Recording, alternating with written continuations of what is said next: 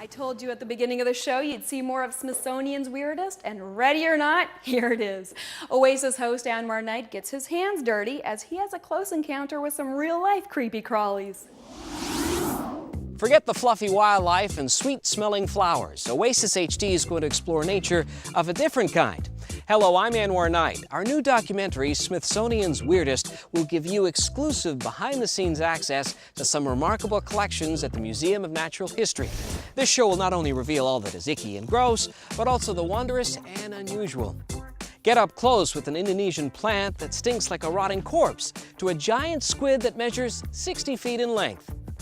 If these weird natural wonders are a little too frightening, let's meet some slimy creatures that live in our own backyards. Now, believe it or not, I'm the sensitive and squeamish type, so I'm going to start taking baby steps with these red wigglers. And we're talking hundreds of red wigglers. And the person who's not covered in slime to my right is Cathy Nesbitt from Cathy's Crawly Composters, who's an expert in vermicomposting. Yes, that's right. Let's, for the viewers at home, start right off the bat and explain what exactly is vermicomposting. Well, thank you. Vermicomposting is just simply a process of managing food scraps and paper with worms. Okay, I gotta admit, with these hundreds of worms in my hand, I'm starting to love my blue box idea better. But there are benefits to this. How does this all work? So just like regular backyard composting, the worms require a carbon-nitrogen mix. So the carbon that we use is shredded paper. Okay. This could be leaves, straw, cardboard. And then we need about 2 liters of water, a liter and a half to 2 liters of water. The worms are 90% moisture, so they require a fairly moist environment. Are all worms the same, by the way? Oh, thank you. No, they're not the same at all. They're all different. They have their own function. There's 4,000 to 6,000 species of worms. Really? Yes. Did you count them? Yeah, no. Okay, so we've got the paper. You've added the 2 liters of water. Yeah, just about. Right. And then we're going to add in a liter of soil.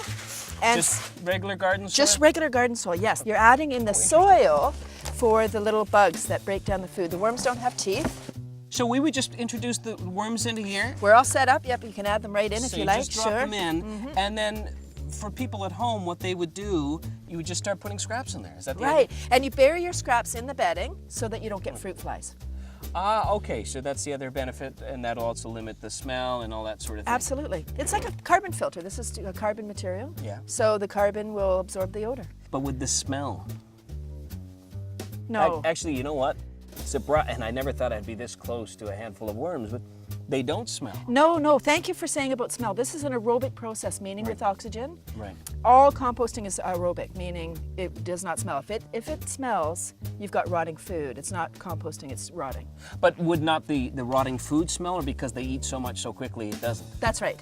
Yeah, the worms, they eat it just before it starts to smell. And is this the soil then that you have for a garden? What is this? Yeah, so they eat the food scraps and the paper. Right. And then they turn this into the... So what is this? That's just worm poo.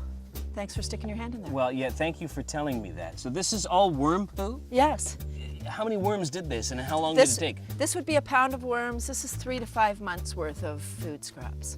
This is a great process, but how long would the worms live? Well, the worms live up to 10 years. Right. A year or 2 is average. And I believe by doing vermicomposting, bringing the worms inside, we're actually extending the life of the worm.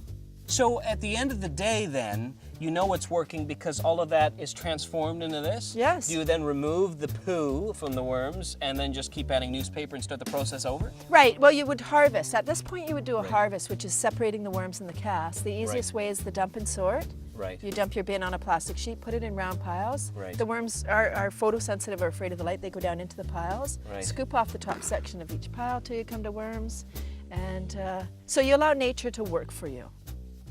If these red wigglers freak you out, imagine going for a swim and meeting up with an 18-inch Amazonian leech. Have a look. These leeches live in South America's Amazon River, and they are big. These leeches get to be all of 18 inches long, so they can be absolutely enormous. In fact, they're the largest blood-sucking creatures on Earth. These guys put vampires to shame. Because it doesn't really feed on blood only. It feeds on all kinds of tissues. They sort of live on the kinds of things that most of us would dislike intensely. Cathy, this has been a real freaky experience. Thank you for that. I can't remember the last time I had my hand on a squirm of worm. Now, for you at home, if this isn't icky enough for you, make sure you join us on Oasis HD for Smithsonian's Weirdest. Hanging out with Cathy and her crawly composters, I'm Anwar Knight for Oasis HD. It's like a big bowl of snot and spaghetti, don't you think? It's old slimy.